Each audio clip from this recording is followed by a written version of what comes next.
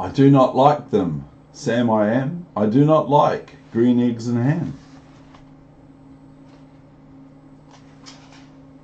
Would you like them here or there? I would not like them here or there. I would not like them anywhere. I do not like green eggs and ham. I do not like them, Sam, I am. And so often it happens in chess that that is the case.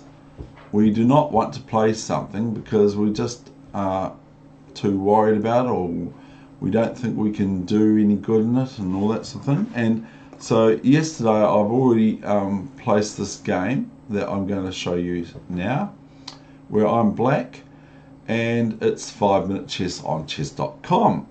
So, but I've actually deleted that video, which is not something I usually do. A friend of mine thought it might be a little bit dark looking and that sort of thing. So I bring you a fresh update. So here we go. This is the game I played yesterday's date on my cell phone at chess.com, and my opponent is reasonably highly rated. So normally everyone knows I play e6 against e4, including that against d4. So here I play a surprise, surprise, surprise. I play c5. I've played this a few times now, this move. Well, I've played it a bit more than a few times, but because I know it quite well for white, I have learnt it also quite well for black. So here we go. This is it. I'm into it. So my opponent, I've heard that a lot of people nowadays are deviating from normal lines in Sicilian defence, but I'm quite happy to meet just the normal knight f3, d4, and etc. So anyway, my opponent plays knight f3, all looking correct on the front that I'm looking at, e6, d4. So we've got a normal, I'm standing corrected, we've got a normal sort of Sicilian here, and knight c6 and knight c6 and bc6. Now if white ever plays e5, okay, then I just have queen a5 check and queen takes e5 check as well. So I have my opponent plays c4.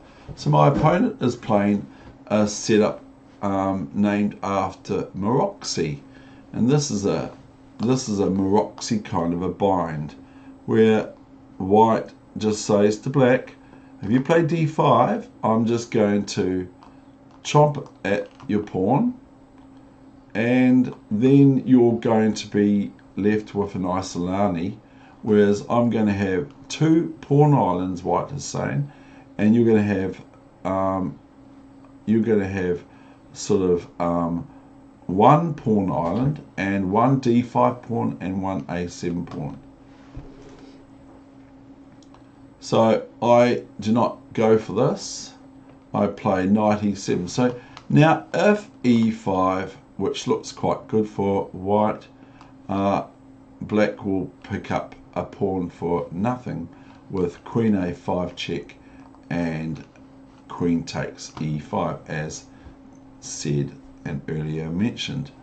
So here we have my opponent now plays bishop d3. Now the characteristics of the Sicilian defence are the following. White plays on the king's side and in the centre, whereas black on the other hand generally plays on the queen's side. But both myself and my opponent break this opening fundamental principle.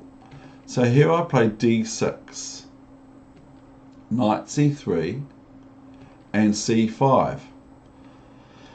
I could leave that home and I could play e5 and similar to what I played in the game, but I played c5, and my opponent castles, and I now play a6 and bishop e3 and e5. Now, of course, white can play f4 and things like that, which is probably quite good. But plays queen c2 and I play g6. So I'm putting the position into what I feel favourable for black's pieces, especially in the Sicilian defence. I quite like this, and that's why a lot of people play the dragon. Now, if we can make two moves for white, they are knight d5 and knight f6 checkmate, but we can't.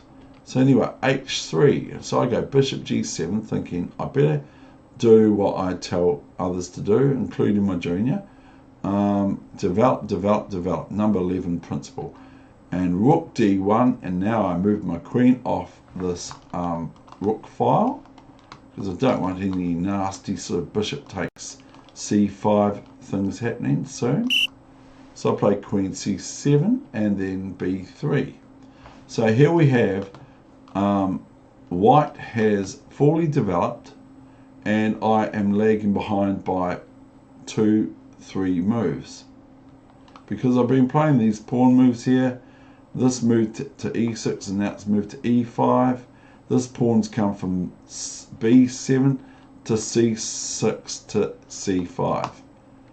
But I think that given that I've got these nice positions for my knight, maybe on d4 and an eventual f5, which has to be played by David Wegener. So anyway, what happens now is castles. So I've almost caught up with white. Now, I said to my junior just before, if you're a general of an army and you go with against 500 army on the other side on the hill to fight, and you go there with your 40 men, what do you think is going to happen? As long as you've got equal sort of artillery or ammunition and guns or whatever, as long as we're not talking about carts versus tanks. If we've got 40 tanks versus 500 horse and carts, then obviously the tanks are going to win. 40 tanks are going to beat 500 horsemen on a horse and cart. So anyway, here's f4, and so I just feel like being equal to the task. I don't want f5 to happen here, because then black's going to have to probably play a move like f6 if f5 comes about. So if white makes two moves, they're going to be f4 and f5, and I'm going to be on the back foot rather. So f4, I play f5. Now ef5 and gf5. I could play with the knight or the bishop even, because then I'm actually developing, but then that would offer up maybe g4 and also get rid of white's bad white squared bishop as opposed to my dark squared bishop. Now if it's my move, of course, then I've got e4, and this is looking quite healthy for black in my opinion, but I might be incorrect. So here comes this, and I don't mind hanging pawns, because look, this one's passed. This has got no pawns in the way of its entry to the 8th rank. So I could say, I hope you become a queen. Here we go, knight d5. This is a forcing move, and like I could leave it and just play my queen to d6. There's nowhere else that I would like to move it to other than queen a7, because I need to look after this knight on e7. So I went knight d5, thinking that after cd5 I'm just going to go bishop b7, which I did, and if my opponent takes queen c5, I'm going to go queen c5, bishop c5 and bishop d5. But then I was made aware with my brain that, hang on, that won't do. First of all, I don't know if I want to swap my queen. And secondly, after bishop d5, after that exchange of queens, my opponent will play merely bishop f8, even though my pawns are looking unhealthy. Did I play this move? I did. And actually, I've just seen that this is a mistake. My opponent now plays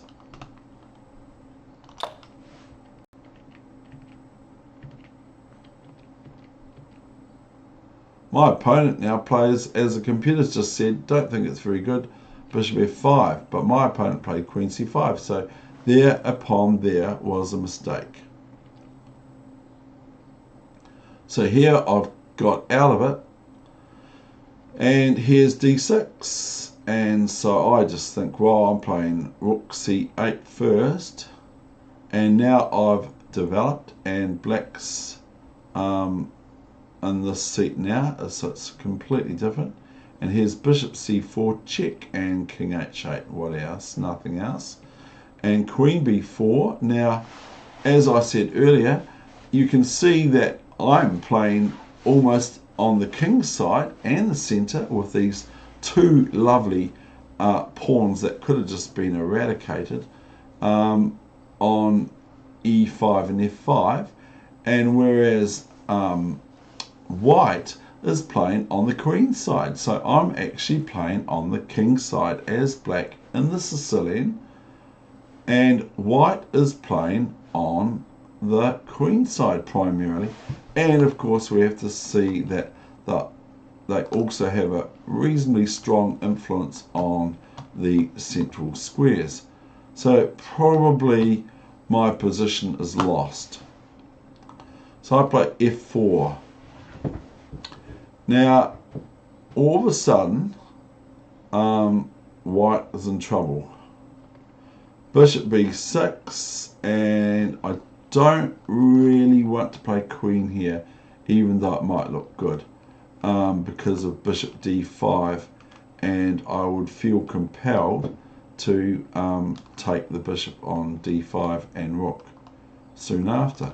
So I play f3 here, because I want to bust open white's king, because with all these pieces on the left flank for white, especially the bishops and queen, I might as well just be like that saying, when the cat's away, the mice can play. So the cats are away from the primitive protection, I will say, of the white king, which has only got a rook and a rook sort of like looking on.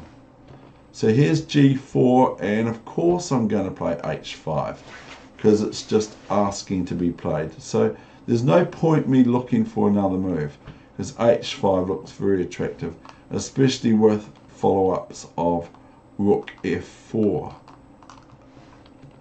Bishop d5, and I can't really refuse capture here, can I? I can try, but I might as well just swap off. So this is now relieved white and black of the white squared bishop, which in this case is white's big defensive piece and black's big defensive piece for attack.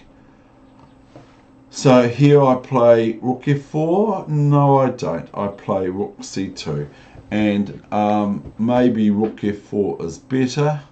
It probably is, but I play rook c2. I do actually think that rook f4 is nicer, because then I'm just going to play hg4 next move.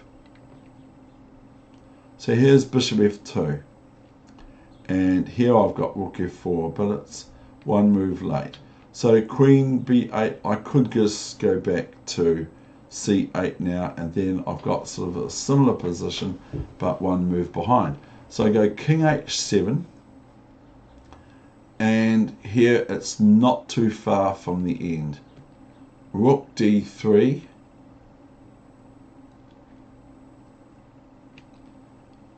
rook g4 check. Everyone can see this. It's easy. And of course, taking loses at best for white in 3 moves. Okay, so white's got a defense for 3 moves.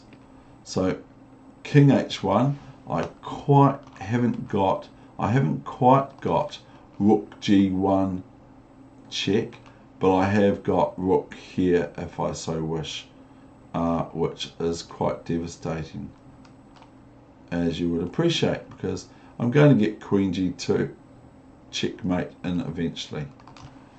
So here I play rook b4, and here my opponent disappoints the position by probably showing sour grapes by playing rook f3, queen, rook b8, rook f5, queen f5, bishop d4, queen f1, and queen g2. That is the end of this session. I hope you enjoyed it. Thank you very much for watching, and I hope your chess gets better no matter what your level, and make sure you always enjoy chess and not concentrate too much on the actual result. Try and always enjoy chess, because that's the most important part, I believe, is to have that attitude.